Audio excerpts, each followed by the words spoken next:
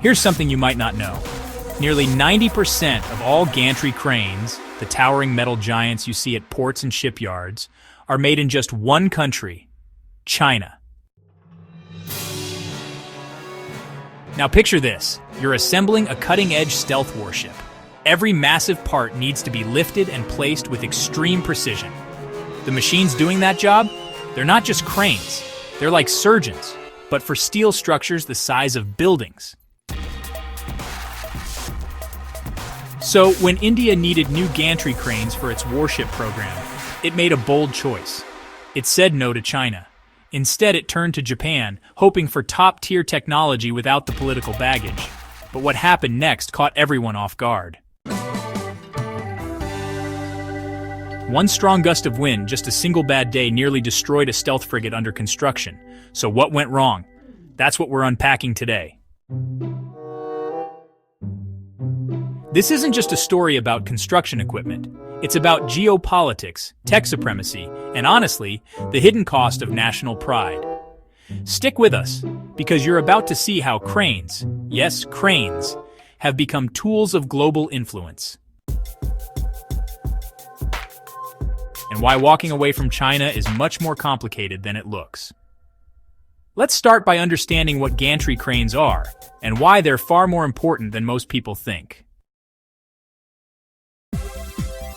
At first glance, they just look like giant, slow-moving machines dragging steel beams across industrial yards. But don't let that fool you.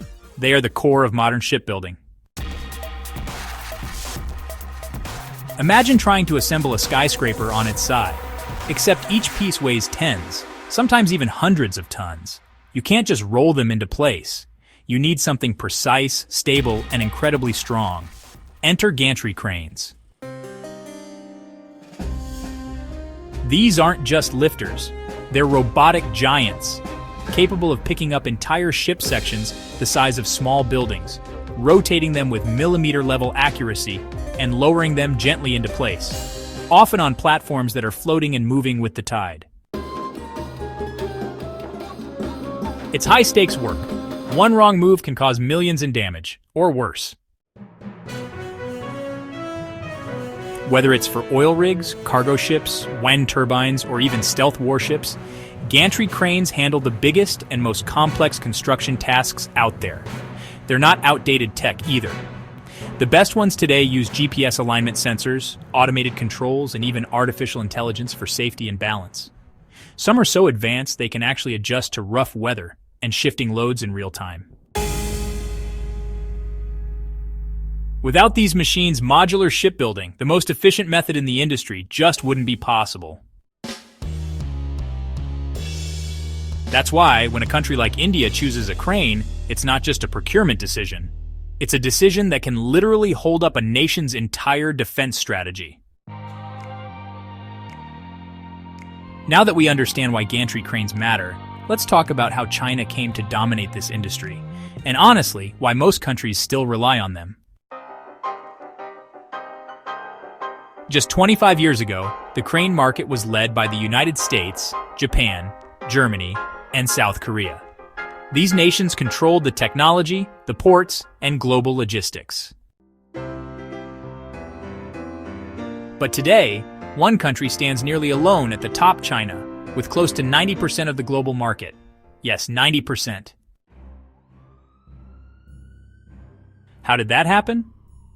Well, it started when China set out to become the world's shipbuilding hub in the early 2000s. The government poured money into building giant shipyards in cities like Shanghai, Dalian, and Guangzhou. These weren't just factories. They were entire industrial ecosystems. And once the shipyards were in place, the next step was obvious. Build the cranes too. State-backed firms like ZPMC began churning out gantry cranes faster and cheaper than anyone else. But it wasn't just about cutting costs. They pushed innovation too. Take the Hongkai crane. It can lift 22,000 tons, about the same as 140 blue whales. And it's not just about muscle. It has smart sensors, advanced balance controls, and precision software that let it work safely in tight, complex environments. While many Western manufacturers outsourced components or stuck with older designs, China did everything in-house, from steel to software. That meant faster production, better prices, and tighter quality control. Before long, countries across the world started buying from China, not just for the low price, but for speed, reliability, and customization. A Chinese gantry crane could cost about 30% less than its Western counterpart and often came with on-site support and financing. And just like that, crane by crane, port by port, China went from being the new kid on the block to the uncontested global leader. But not everyone followed this trend. India made a bold decision to go against the grain, and the results were dramatic.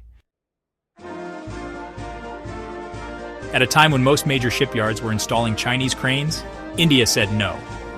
And well, the reason? It was working on Project 17A, a series of high-tech stealth frigates meant to modernize the Indian Navy. These weren't ordinary ships. They were meant to be stealthy, powerful, and advanced platforms to extend India's maritime reach. But then came a twist. India originally planned to buy cranes from a British supplier, only to discover those cranes were actually made in China. With tensions rising after the 2020 Ladakh clashes, the idea of using military infrastructure built by a rival was politically explosive. So, India canceled the deal. Instead, it pivoted to Japan. On paper, it made sense. Japan had a strong industrial base, friendly diplomatic ties, and a reputation for quality. Even better, the switch fit into India's larger goal of tech sovereignty, the belief that critical national systems should rely on trusted, independent tech, no hidden risks, no foreign backdoors. The decision was driven by national pride, geopolitical caution, and strategic autonomy. And, as we're about to see, patriotism doesn't lift steel. Here's where things went off the rails.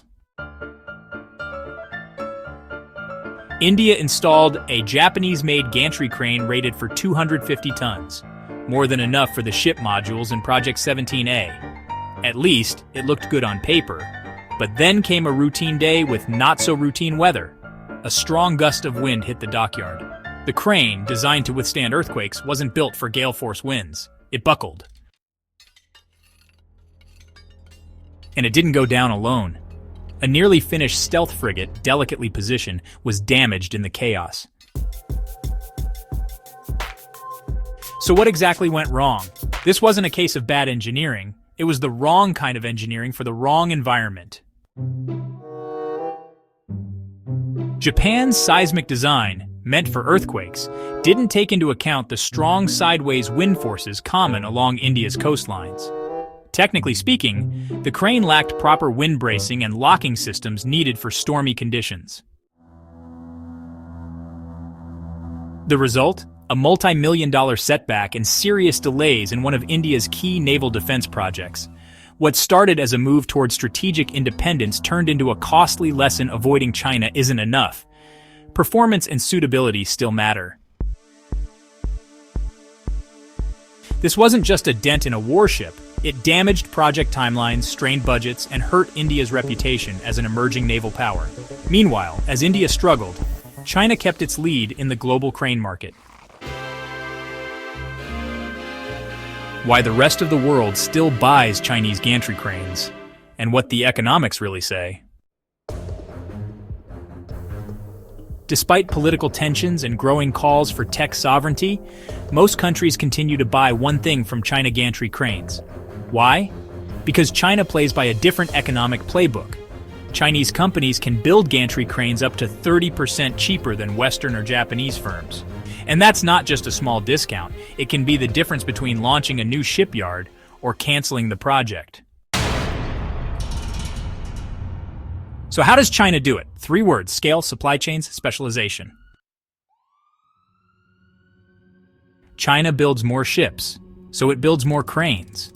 That massive volume creates economies of scale that nations like the United States, South Korea, or Germany just can't match.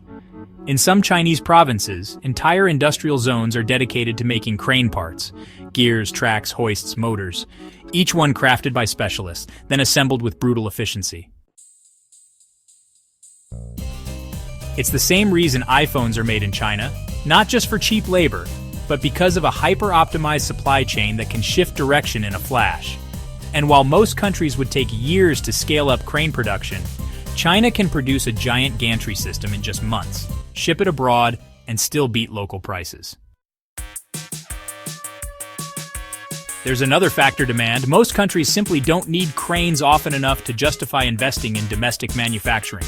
You can't build a crane factory if you only need one every 5 years. So for ports, shipyards, and governments around the world, China's cranes aren't just affordable. They're often the only option.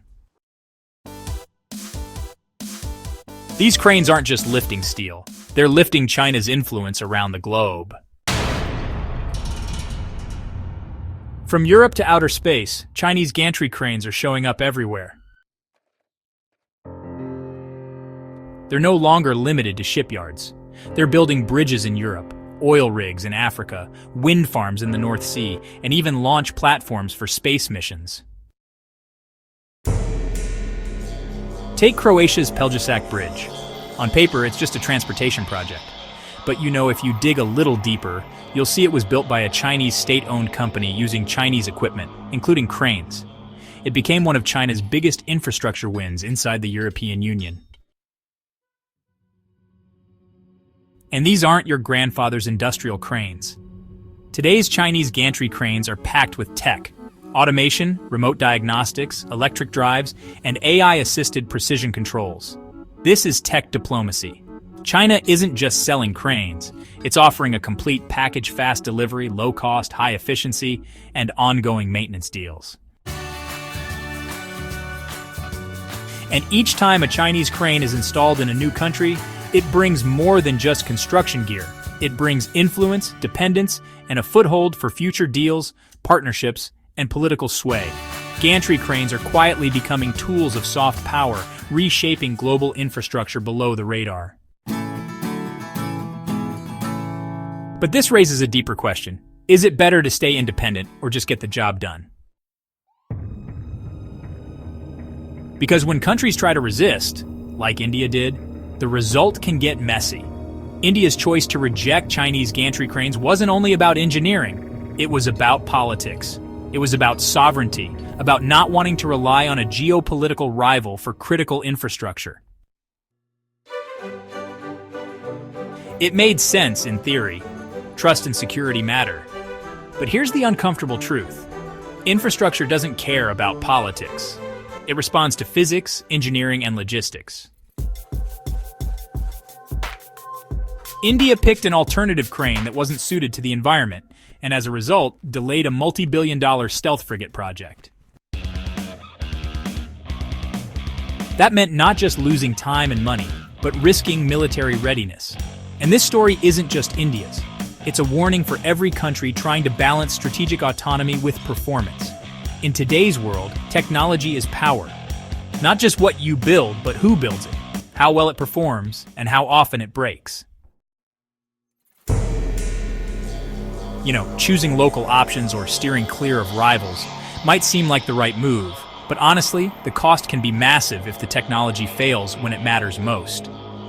Strategic independence is crucial, but it really has to be matched by technical reliability.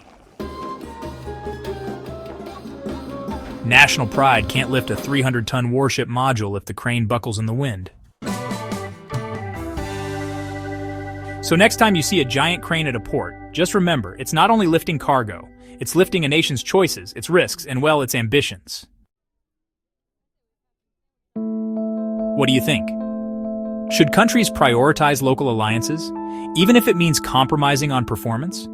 Or is the best technology actually worth the political risk? Let us know in the comments. And if you want more deep dives into how industrial tech is quietly reshaping global power, hit that like button, subscribe, and turn on notifications. You won't want to miss what's coming next.